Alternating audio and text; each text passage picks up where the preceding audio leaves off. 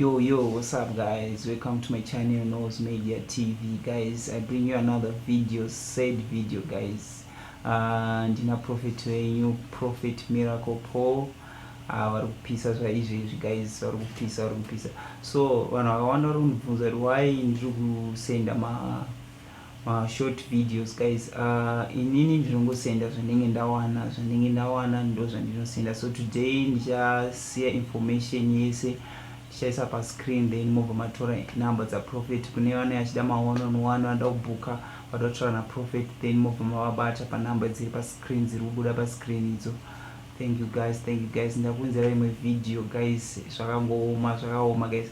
So if you are new to this channel, please subscribe, like, comment, share and turn on the notification button so that when we upload a video you'll be notified. Thank you guys. Kwakaenda unogara negirlfriend. Kutanga kuya panapa? Aiwa, kusi kutanga ndinosiuya. Okay. Panotonamata pano. Kona ndisina kuya ndinge ndisitono mari yekutoisa kuno. Pane kutaurirana kwamakaita nemurume wenyu muchinetsana? Chii chamainetsana apa? Murume wangu ndakamubatira message achitaura nemumwe musikana. Chuva ndatiregedza ndimubvunza kuti kwewe unotaura nemusikana uyo asi munofambidzana? Akatoti tinotofambidzana ende ndiye wandinoda kutorora iyeyu. Saka takatonetsana zvokutosvika pakutoti iye akatorongedza bhegi achibva atoenda, vangobuda izvi ane 1 week asipo. Saka nezuro manje ndopakazofonera sister yangu achiudza kuti zvo ndizvo, udzei munin'ina wenyu kuti kana asingade barika, nokutoti musikana uyu ndo wandiri kuda kutorora, kana asingatodi zvebarika ngaaende zvake, ngaarongedze aende. Ndaremerwa nebarika, handikwanise ndibatsirewo nokuti murume wangu nomuda, murume wangu ndibatsireiwo, babarika handikwanise.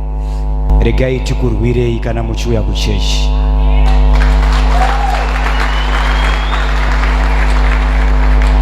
Hatingazokusiyai muchinyadziswa. Muzita renyu Mwari wamasimba, mweya mutsvene, iro nhasi, zuva ranhasi, zuva rino Mwari, ndura kuti murume wavo adzokere kumba nhasi.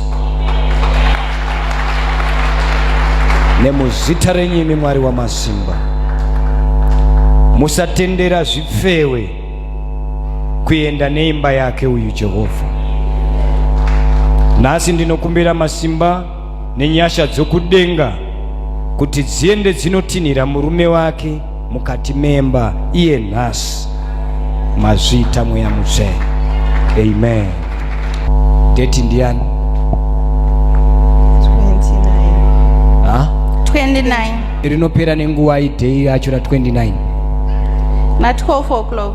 29 nhasi murume wenyu anofanira kunge adzoka kumba. Totenda prophet, naita prophet totenda. Murume wenyu musoja, handiti? Amen. Kana murume wenyu adzoka kumba, handitika? Ndura kuti muwe mudzimai ane musoro. Ndura kuti muwe mudzimai ane chii? Ane musoro.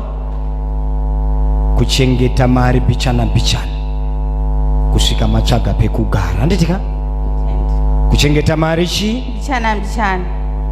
Kusvika maona upenyu pamunoti ndechii? Pedu, patinoti pedu.